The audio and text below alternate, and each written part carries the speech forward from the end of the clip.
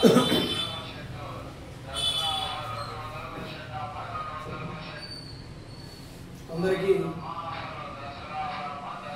తెలుగు రాష్ట్రాల ప్రజలందరికీ ముందుగా దసరా పండుగ శుభాకాంక్షలు. తెలంగాణ మరియు ఆంధ్రప్రదేశ్ రెండు తెలుగు రాష్ట్రాల విద్యార్థులకు త్వరలో కానిస్టేబుల్ నోటిఫికేషన్ వచ్చే అవకాశాలు కనిపిస్తున్నాయి బాగా.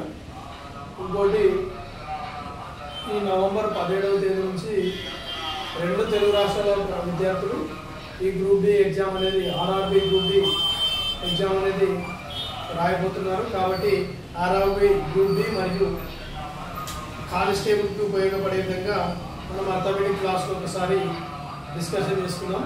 దాంట్లో భాగంగా ఈరోజు మనం చక్రవడ్డీ గురించి ఎగ్జామ్ పాయింట్ ఆఫ్ వ్యూలో చక్రవడ్డీ గురించి ఈరోజు మనకు ఎగ్జామ్ పాయింట్ ఆఫ్ వ్యూలో ఏ విధంగా క్వశ్చన్స్ అడగబోతున్నాడు దాని గురించి మనం చక్రవడ్డీ గురించి ఒకసారి డీప్గా ఎక్స్ప్లెయిన్ చేసుకుంటే, చక్రవడ్డీ అనేది మామూలుగా కాంపౌండ్ ఇంట్రెస్ట్, సింపుల్ ఇంట్రెస్ట్ సామాన్య వడ్డీ అంటే ఇది ఒక సంవత్సరానికి లెక్క ఇస్తారు. అంటే ఒక సంవత్సరం ఎంతో కొంత పైసల మీద ఒక సంవత్సరానికి ఎంతైతే వడ్డీ అవుతుందో దాని పర్సెంటేజ్ ప్రకారం సామాన్య వడ్డీకి లెక్కిస్తారు. కానీ చక్రవడ్డీ ఏ విధంగా సామాన్య వడ్డీ చక్రవడ్డీకి మధ్య తేడా ఏంటంటే, సామాన్య వడ్డీ ఒక సంవత్సరానికి లెక్కిస్తారు. సామాన్య వడ్డీ ఒక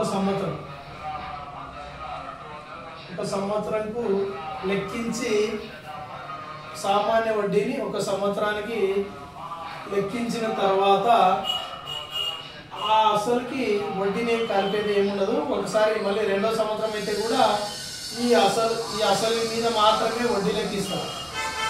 అసలు మీద మాత్రమే వడ్డీ లెక్కిస్తారు సామాన్య వడ్డీ. అదే చక్రవడ్డీ అయితే ఏమవుతుందంటే, ఇప్పుడు ఒక సంవత్సరానికి అసలు ప్లస్ వడ్డీ రెండు కలిపితే మొత్తం వస్తుంది కదా. ఒక సంవత్సరానికి అసలు ప్లస్ వడ్డీ రెండు కలిపితే మొత్తం వస్తుంది. ఈ మొత్తం మీద రెండవ సంవత్సరానికి సపోజ్ 100 రూపాయలు మనకు అసలు అనుకుందాం. 100 రూపాయలు అసలు అనుకుంటే ప్లస్ దీని మీద ఒక 20 రూపాయలు వడ్డీ వచ్చింది అనుకుందాం. రెండు కలిపితే 120. ఈ రెండింటి మీద నెక్స్ట్ మొత్తం అంటే 120 రూపాయలకు మళ్ళీ రెండవ సంవత్సరానికి వడ్డీ లెక్కించడం జరుగుతుంది. రెండవ సంవత్సరానికి ఈ 120 మీద అంటే అసలు ప్లస్ వడ్డీ రెండు కలిపి మళ్ళీ రెండవ సంవత్సరానికి లెక్కిస్తే దాన్నే ఏమంటారంటే చక్రవడ్డీ అంటారు. సామాన్య వడ్డీ సింపుల్ ఇంట్రెస్ట్ లో ఇట్లా ఏముండదు. ఒకటో సంవత్సరంలో 100 రూపాయలు వడ్డీ అయింది అనుకోండి, 100 రూపాయలు అసలు అనుకుంటే ప్లస్ వడ్డీ రెండు కలిపి మొత్తం అవుతుంది. కానీ మళ్ళీ రెండవ సంవత్సరానికి రెండింటిని కలిపి లెక్కించడం అనేది ఉండదు. అసలు ప్లస్ వడ్డీ రెండింటిని కలిపి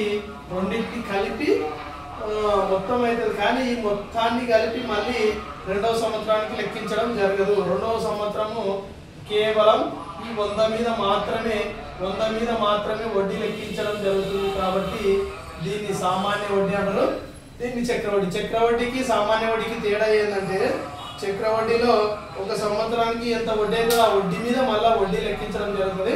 సామాన్య వడ్డీలో మాత్రము ఒక సంవత్సరానికి ఎంత వడ్డీ అవుతుందో ఆ వడ్డీ మాత్రమే ఉంటుంది. అసలుకి ఇప్పుడు సామాన్య వడ్డీలో ఏంటంటే మనకు ఒక సంవత్సరానికి ఎంత వడ్డీ అవుతుందో ఆ వడ్డీ అట్లే ఉంటుంది. అసలు మీద మాత్రమే వడ్డీ లెక్కించడం జరుగుతుంది. ఆ సంవత్సరానికి అయిన వడ్డీని రెండింటిని కలిపి లెక్కించడం జరగదు. కేవలం నువ్వు ఇచ్చిన అసలు మీద మాత్రమే వడ్డీ లెక్కించబడుతుంది. కాబట్టి ఇప్పుడు ఈ చక్రవడ్డీ మీద మీకు సింపుల్గా కొన్ని ఉదాహరణలు ఏ విధంగా ఈ క్వశ్చన్ వచ్చే ప్రాబ్లమ్స్ మనం ఎగ్జామ్లో ఏ విధంగా సాల్వేషన్ చేయాలో ఒకసారి దీని గురించి డిస్కషన్ చేద్దాం.